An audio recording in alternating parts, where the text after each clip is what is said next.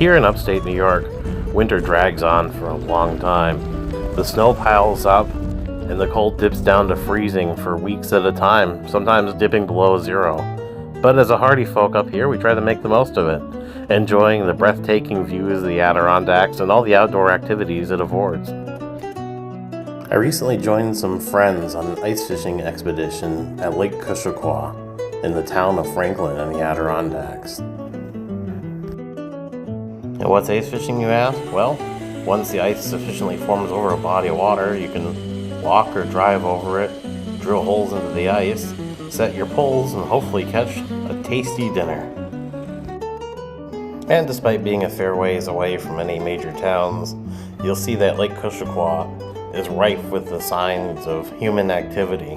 A popular hobby up here is snowmobiling in the wintertime.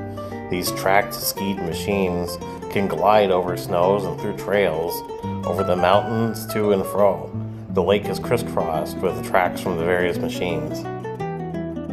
It was a bright, sunny, relatively warm day, running around 20 degrees in the daytime, and while we were fishing, we could hear a number of snowmobilers on the trails of the former New York Central Railroad line that passed nearby.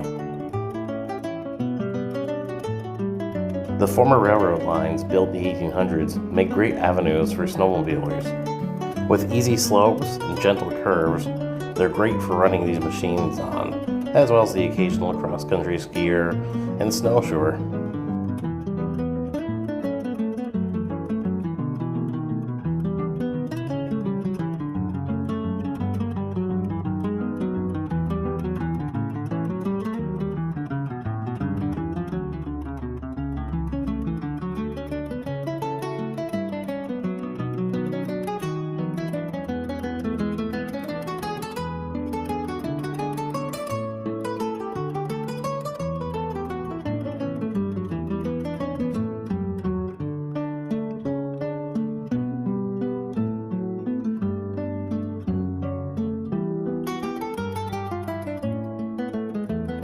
In the days before the advent of modern antibiotics, the Adirondacks was home to many sanatoriums for the treatment of tuberculosis, or TB. People living in the cities in the congested air and sickness would come north to the mountains for the fresh air as a respite from this chronic illness that they suffered from.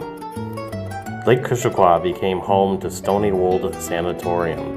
Built in the early 1900s and opened in 1903, it was a project by Elizabeth Newcomb and Dr. James Newcomb to serve mostly underprivileged women from New York City suffering from tuberculosis on 1,800 acres of property. At its peak, Stony Wold Sanatorium had over 20 buildings. A power plant to generate electricity was served by the Adirondack Division of the New York Central Railroad, and over its lifetime served over 6,000 patients. In 1955, Stony Wold closed its doors, modern antibiotics providing a true treatment for the horrible illness. Stony Wold was acquired by the White Fathers Catholic Order to train missionaries for African missions. The seminary closed in the 1970s and the property was acquired by New York State. The Department of Environmental Conservation would then tear down all the buildings except for a couple cottages and the chapel that you still see today.